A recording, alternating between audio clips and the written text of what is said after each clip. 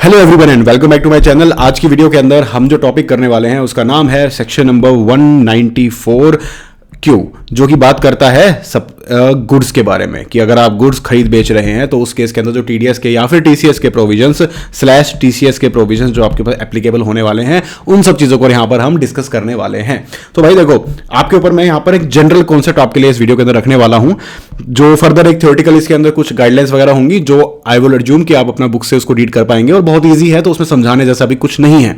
जो इसमें technical part है जहां पर इंटर रिलेटेड चीजें आती हैं, जहां पर आप टीसीएस में और इसमें कंफ्यूज हो सकते हैं, उस पार्ट को हम यहां पर डिटेल में डिस्कस करेंगे। तो भाई सबसे पहले यहां पर आपके पास आती है दो पार्टियां, okay, one is buyer and one is seller. एक एक पॉइंट को लेकर चलता हूं धीरे धीरे। पहली बात तो बायर के ऊपर प्रोविजन कब लगेगा और सेलर के ऊपर प्रोविजन कब लगेगा। अगर मान लो बायर की जो सेल है, टर्नओवर है, वो 10 करोड़ से ज्यादा हो जाती है, ज्यादा एक्सीड कर जाती है, ध्यान में रखना है आपको, तो उस केस के अंदर इसके ऊपर 194Q की एप्लीकेबिलिटी आ जाएगी। अगर जो गुड्स इसने इससे खरीदे हैं, जो कंसिडरेशन ये पे कर रहा है, that exceeds ₹50 lakh. Now the point is कि क्या जो टीडीएस डिडक्ट होगा वो क्या एंटायर अमाउंट के ऊपर होगा कि उसके अबव अमाउंट पे होगा। तो ऑब्वियसली बात है एक्सीडिंग अमाउंट पे होने वाला है यहां पर, ये इसको ध्यान में रखना है आपको, एट द रेट ऑफ 0.1%। ठीक है, तो ये तो हुआ हमारा टीडीएस का point. Now let's discuss the area concerning TCS.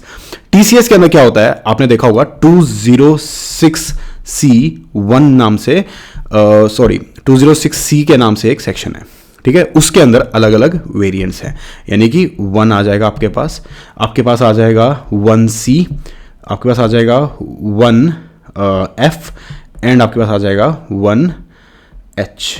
ठीक है, अब ये सारे आपके पास प्रोविजंस यहां पर आ गए। अब इन्हीं के अराउंड सारी चीजें होने वाली है और कैसे होगी मैं आपको बताता हूं।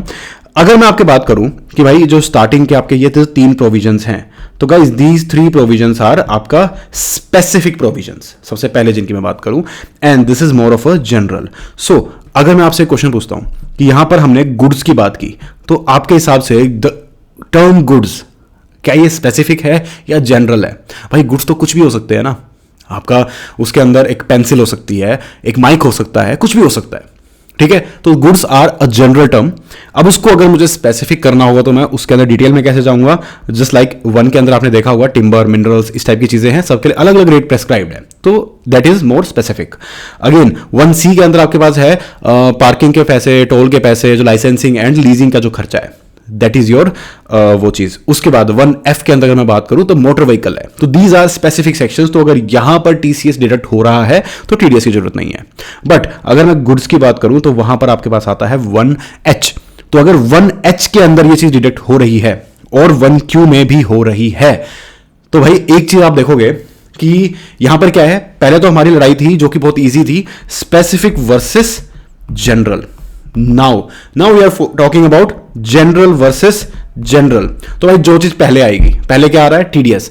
अगर आपको याद रखने के लिए आपको बता रहा हूं मैं कि बुक के अंदर जब आप पढ़ते हो तो सबसे पहले आपके पास टीडीएस के प्रोविजंस आते हैं और लास्ट में आपके पास आते हैं टीसीएस के प्रोविजंस। तो जो पहले क्या आ रहा है आपका, याद रखने के लिए सिर्फ, ठीक है, इसको लॉजिक बना लो, अपने दिमाग में रट लो इसको एक तरह से कि जो पहले आ रहा है तो भाई उसको हम क्यू का होगा। तो यानी कि बेसिकली क्या हो गया कि अगर 206C1H एंड 194Q ये दोनों लग रहे हैं, तो उस केस के अंदर 194Q विल प्रिवेल। बट जहां पर अगर बात आ गई स्पेसिफिक प्रोविजंस की, तो वहां पर specific provisions will prevail. This is all your interconnectedness. अब आपको देखो पॉइंट्स क्या क्या याद रखने हैं। 206C1H कब लगता है? जब सेलर की टर्नओवर 10 करोड़ से ऊपर हो, ठीक है। गुड्स भी बेचे जा रहे हैं 50 लाख से ऊपर के, ठीक है। ये स्पेसिफिक है, यहां पर कोई टर्नओवर की लिमिट्स नहीं है, यहां पर आपके ऊपर अमाउंट्स हैं, चीजें हैं अलग अलग जिनके अलग अलग रेट्स दिए गए हैं और रेट्स वो ज्यादा है इस 0.1% के रेट से, ठीक है।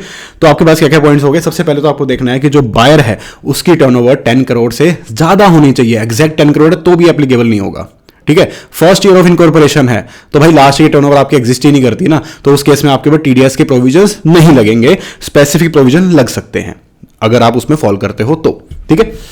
गुड्स की जो वैल्यू है वो 50 लाख से ऊपर होनी चाहिए और ऊपर की अमाउंट पर ही आपका टीडीएस कटेगा, जो कि बन सकती है जैसे लेट्स सपोज कि आपका 70 लाख रुपए की परचेज थी, तो जो बैलेंस आया क्या आया 20 लाख रुपए, उस 20 लाख पे 0.1% लगेगा, बात खत्म। ये रेट क्या चेंज हो सकता है? जी हां, चेंज हो जाएगा। अगर पेई ने अपना पैन सबमिट नहीं किया है तो दिस रेट विल बिकम आपका 5%। 194 क्यू में भी और 194 ओ में भी, दोनों के अंदर अगर आपका पैन सबमिटेड नहीं है तो रेट विल बिकम 5%। तो भाई ये था इसके अंदर सारा का सारा इंटरकनेक्टेडनेस। आई होप ये वीडियो आपको अच्छी लगी है। पूरा का पूरा प्रोविजन मैंने आपको अच्छे से शॉर्ट टाइम के अंदर समझा दिया है। अगर अच्छी लगी है गाइस तो लाइक करें, सब्सक्राइब करें and thank you for watching.